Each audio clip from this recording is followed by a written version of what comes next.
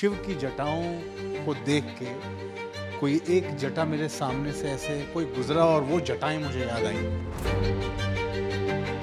इन जटाओं की कहानी ये है, ये आपको डिफरेंट इसलिए लगते हैं क्योंकि इसमें एक तो महादेव की जो जटा है उस कहीं ना कहीं उसकी झलक है, और एक जो काली माता है जो घुंघरालूपन है उसकी भी झलक है, दोनों का मिश्रण है। माँ का भाव लगता है, कोख से जन्म नहीं दे सकती, लेकिन भाव माँ का ऐसा कहाँ से आता है ये भाव? वो देखो कहाँ से आता है मुझे वो तो नहीं मालूम, बस सब महादेव की देन है, अंदर वो फीलिंग है। जब महाकुंभ के इस रास्ते से गुजर रहा था तो शिव की जटाओं को देख के कोई एक जटा मेरे सामने से ऐसे कोई गुजरा और वो जटाएं मुझे याद आईं और मैं उनके पास आ गया अनायास। और आपसे मेरा पहले कोई परिचय नहीं है, मैं आपके पास कभी आया नहीं हूँ, बट ये मैं अपने इस बात को स्वीकार कर रहा हूँ कि आपकी इन जटाओं को देख के मुझे शिव की जटाएं याद आईं। महादेव की कृपा है। ये जटा जो है ये पहली बार देख रहा हूँ मैं, मतलब ऐसे किन्नर समाज में मैंने बहुत लोगों के इंटरव्यू किए, बट सबसे पहले तो शुरुआत इस इंटरव्यू की यहीं से करते हैं कि इन जटाओं की कहानी क्या है।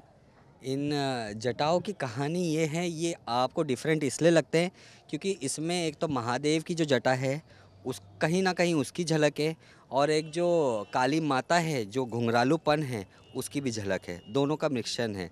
तो ये थोड़ा डिफरेंट लगता है अलग से।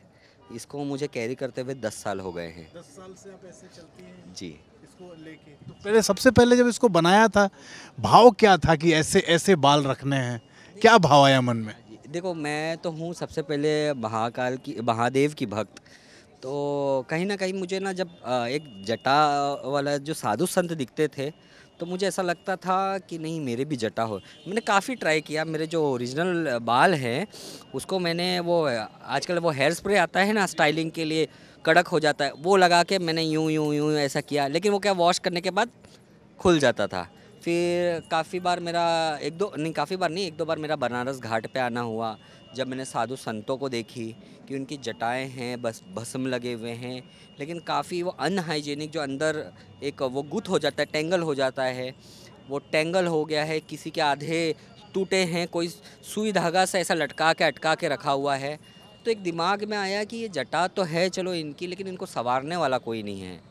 तो मैं गोवा में रहती थी तभी, 6 साल मैं गोवा रही हूँ। तो वहाँ कैसा टूरिस्ट आते हैं, फॉरेनर वगैरह आते हैं, तो मेजॉरिटी मैंने देखी उनके जटाएं होती है। तो मैंने थोड़ा रिसर्च की, बताई कि हाँ चलो इनको पता होगा जटा वगैरह के बारे में, हमारे पास आते थे, मिलना जुलना होता था। तो वहाँ एक फ्रांस का ये था ड्रेडलॉक आर्टिस्ट, लॉक्टिशियन जिसको बोलते हैं, उससे बातचीत हुई, उनसे मैंने पता कराया, तो बोले कि ये प्रोफेशनल तरीके से होते हैं, जो नीट एंड क्लीन दिखते हैं, हाइजीनिक होते हैं, और इसकी ट्रेनिंग भी होती है। जैसे बाहर देशों में इसके काफ़ी आर्टिस्ट हैं। तो मैं और मेरी जो किन्नर समाज की पार्टनर है राधिका, हम दोनों ने साथ में इस चीज़ को प्लान नहीं सीखे पहले हमने। हाँ हम सर्टिफाइड हुए। सर्टिफाइड होने के बाद फिर मेरे जो ओरिजिनल बाल थे उसमें मैंने एक्सटेंशन ऐड किए। इसके एक्सटेंशन अलग से ऐड होते हैं। जो साधु संतों के होते हैं वो भस्म लगा के, बड़ का दूध लगा के तपस्या पे बैठते, तो वो ना वॉश होते ना कुछ होते, तो वो जटा हो जाते। जो साधना पे बैठते हैं वो उनके ऑटोमेटिक जटा हो जाते हैं, लेकिन वो क्या मिक्स होते, नीट एंड क्लीन नहीं होते हैं। तो मैंने सबसे पहले मेरे हेयर्स पे कराया। मेरे को चाहिए था कि क्या डिफ़िकल्टीज़ है, क्या चीज़ फेस करना पड़ता है, तो मैंने मेरे हेयर में कराया 10 साल पहले। और ऐसा हुआ कि बस महादेव की कृपा है कि आज तक मेरे को इस चीज़ को हटाने का मन ही नहीं किया। मेरी एक पहचान बन गई। 2 साल हमने इस पे रिसर्च किया, फ्रीलांसिंग किया, और जो है उसके बाद जब हम खुद एक्सपीरियंस हो गए इस चीज़ में ट्रेनिंग के बाद, तो हमने 2016 में एकेडमी तो स्टार्ट कर देते ट्रेनिंग करना, लेकिन जो ऑफिशियली है वो हमने प्रॉपर जो एक एकेडमी होता है वो 2018 में सबसे पहला देश में, इंडिया में हमने स्टार्ट किया इस चीज़ का, जहाँ काफ़ी लोग आते हैं जो जटा संवारते हैं, लगाते हैं, और जिन साधु संत की ओरिजिनल जटा जो ख़राब हो गई है, गूद गई है, टेंगल हो गई, उसको हम सेपरेट करते हैं। उसको आप ठीक भी करते हैं? जी बिल्कुल। मेरे पास ऐसे ऐसे क्लाइंट आए हैं कि एक दो नहीं, सारी जटाएं आपस में मिक्स हो गई हैं, तो उसको हम डिटेंगल करते हैं प्रोफेशनल तरीके से, जिसमें उनके बाल डैमेज नहीं हो, ना उनके बाल को कोई नुकसान हो, और जो है वो जितना ज़्यादा से ज़्यादा हम बचा सकें हम बचा सकते हैं। ये आर्ट इंडिया में लेके आने वाली आप पहली मतलब जो लेके एकेडमी वगैरह सब हमने पहला सबसे पहले, इसके पहले आप अगर देखोगे सर्च करोगे 2018 के पहले कोई भी एकेडमी नहीं थी इस चीज़ को। इस आर्ट को आगे लेके समाज की मुख्य धारा में जुड़ना क्या भाव आता है जब ये सोचती हैं कि मैं इस समाज से पहली ट्रांस वुमेन हूँ जो ये काम करती हूँ? मुझे तो देखो, पहली बात तो मुझे प्राउड होता है कि मैं मतलब जो एक जटाएं संवारना साधु संत के, जो एक वो रहता है ना, जो परेशानी से वो जूझ रहे हैं, जिनको नहीं पता कि इसको कैसे अपने मतलब सिर को एक इस चीज़ को कैरी करना हर किसी के बस की बात नहीं है, भले से वो एक्सटेंशन क्यों ना हो, क्योंकि ये वेट होता है इसमें। तो एक तरीके से इस चीज़ को जो मैं देखा, अगर सनातन धर्म के हिसाब से देखूं, तो मुझे बहुत गर्व होता है कि हाँ चलो मैं सनातन धर्म के लिए कुछ तो कर रही हूँ, कि हाँ चलो भले से साधु संतों की जटा तो संवार रही हूँ, तो महादेव तो देख रहा है जी। महादेव कौन है आपके लिए? महादेव अगर मन में आते हैं, महादेव जब नाम सामने आता है, पहला भाव क्या आता है मन से? देखो, पहले तो सबसे पहले महादेव को तो हम सबसे पहले हम हमारे रूप में देखते हैं, अर्धनारीश्वर रूप। फिर दूसरा जो आता है, हम मुझे एक ही चीज़ समझ में आता है कि महादेव सबसे भोले हैं, इसलिए उनको भोलेनाथ कहा जाता है। मतलब ऐसा है कि मैं कुछ भी मांगूँ तो मुझे ऐसा लगता है कि हाँ पूरा हो जाएगा, तो बहुत एक सुकून मिलता है। मेरे लिए महादेव सब कुछ है। एक शरीर में माँ और बाबा दोनों विराजमान हैं। इस शरीर में आप रह रही हैं, इस शरीर में माँ और बाबा एक साथ आपके साथ रह रहे हैं। ये भाव जब आता है तो मन में पहली चीज़ क्या आती है कि एक ऐसा शरीर जिसमें माँ और बाबा दोनों विराजमान?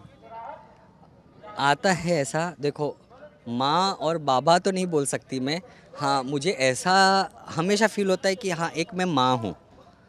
हाँ माँ हूँ, ये फील होता है। और मुझे लगता है कि हाँ मैं कुछ मतलब एक वो प्रॉपर कोख से जन्म तो दे नहीं सकती, लेकिन मैं कुछ करना चाहती हूँ, जिससे जो छोटे छोटे अनाथ बच्चे हैं उनके लिए मैं कुछ करना चाहती हूँ। जो मुझे प्यार से माँ बोले, मुझे प्यार से माँ बोल के बुलाए तो मुझे वो सुकून आएगा। मेरे को हमेशा सिर्फ ऐसा लगता है कि हाँ मुझे कोई माँ बुलाए। जब मेरे किन्नर समाज में भी जो मेरे चेलन आती हैं, वो भी जब मेरे को माँ करके बुलाते हैं, मैंने बेटा बना रखी हूँ धर्म का, मेरा ही आर्टिस्ट है, काफ़ी सालों से जुड़ा हुआ है, तो जब वो मुझे माँ करके बुलाता है ना तो बहुत सुकून मिलता है। तो मैं तो अपने आप के अंदर माँ ही समझती हूँ। हाँ ऐसा मतलब आप कह रहे थे कि माँ का भाव लगता है, कोख से जन्म नहीं दे सकती, लेकिन भाव माँ का है। ऐसा कहाँ से आता है ये भाव? अब वो देखो कहाँ से आता है मुझे वो तो नहीं मालूम, बस सब महादेव की देन है, अंदर वो फीलिंग है, वो भाव आता है, तो वो मैंने आपको बता दी। अब वो कैसे आता है क्या, मैं वो मतलब मेरे पास वो शब्द नहीं है कि मैं एक्सप्लेन कर सकूँ उस चीज़ को। सबसे आखिर में एक प्रश्न, इस समाज में, किन्नर समाज ने जो दंश झेले हैं सालों से, जो गालियाँ सुनी हैं, जो लोगों के कहते हैं ना टिप्पणियाँ सुनी हैं, लोगों की के ताने सुने हैं, और आज जहाँ जिस रूप में आपको अब स्वीकार किया जा रहा है, चाहे वो कोई आयोजन हो, कोई सम्मेलन हो, या फिर घर में तो आपके आना और आपके द्वारा किसी को आशीर्वाद देना हमेशा से बहुत पवित्र माना जाता है, बट समाज में कितना आपको लगता है बहुत कुछ बदल गया पहले से लेके अब तक? आपको लेके जो भाव था उसमें बहुत बदलाव आ गया है? जी बिल्कुल, अगर जैसे मैं अगर बात करना चाहूँ 15-20 साल पहले की, तो वो टाइम पे लोगों में इतना एक्सेप्टेंस नहीं था कि लोग एक किन्नर समाज को अपने आम जो ज़िंदगी है, जो आम लोग हैं उसमें शामिल करें। एक्सेप्टेंस नहीं था, चाहे वो पेरेंट्स की बात हो जाए, या कहीं जॉब की बात हो जाए, या चाहे स्कूल कॉलेजों की बात हो जाए, या चाहे घर के रिश्तेदारों की बात हो जाए, आस पड़ोस की बात हो जाए। तो वो टाइम पे जो था, लोग बहुत सारे, आज भी 100% एक्सेप्टेंस नहीं है, लेकिन हाँ अगर मैं कंपेयर करूँ वो टाइम से आज के टाइम पे, तो एक्सेप्टेंस ज़्यादा है, क्योंकि एजुकेशन ज़्यादा है, लिटरेट पीपल ज़्यादा है। वो टाइम पे एजुकेशन नहीं था, तो एक मतलब एक सारा जो जड़ है वो है एजुकेशन। जितना लोग एजुकेटेड हो रहे हैं आज के दौर में, उतना लोग हमको समझ रहे हैं और हमको एक्सेप्ट कर रहे हैं।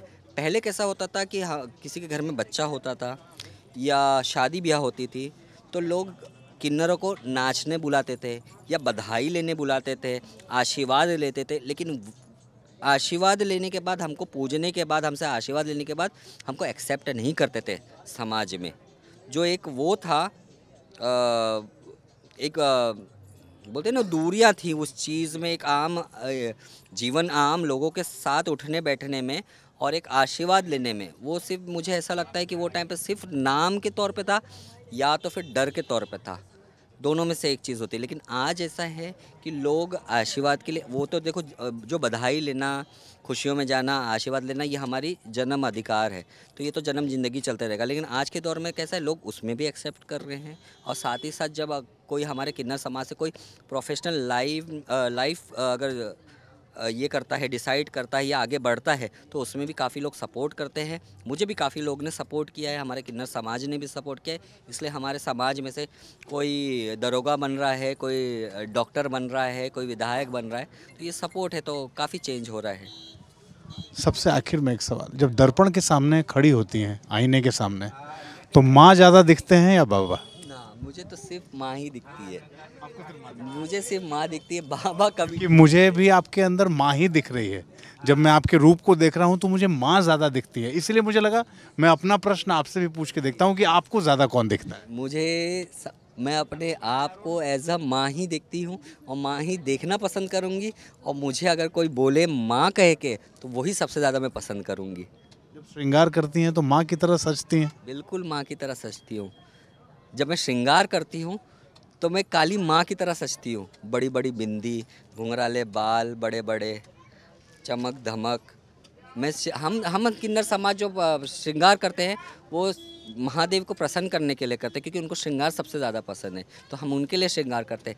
लेकिन जब हम श्रृंगार करते हैं तो एक होता है ना कि मेरे में वो कोई देखे तो सामने वाले को लगे कि हाँ माता जी आ गई है, तो वैसा श्रृंगार करती हूँ मैं। सबसे आखिर में बस आपसे यही कहना चाहता हूँ कि सुंदरता एक जिम्मेदारी है। सुंदर दिखना एक बहुत बड़ी जिम्मेदारी है, और मुझे लगता है आपसे बड़ी जिम्मेदारी शायद ही मैंने किसी को निभाते हुए देखा कि आप इस रूप में सुंदर लगें और उस सौंदर्य को, उस सुंदरता को बनाए रखने के लिए इस तरह से उस पर काम करें, इतनी मेहनत करें। तो ये आज मैंने पहली बार देखा है। आपसे बातचीत के लिए बहुत बहुत धन्यवाद।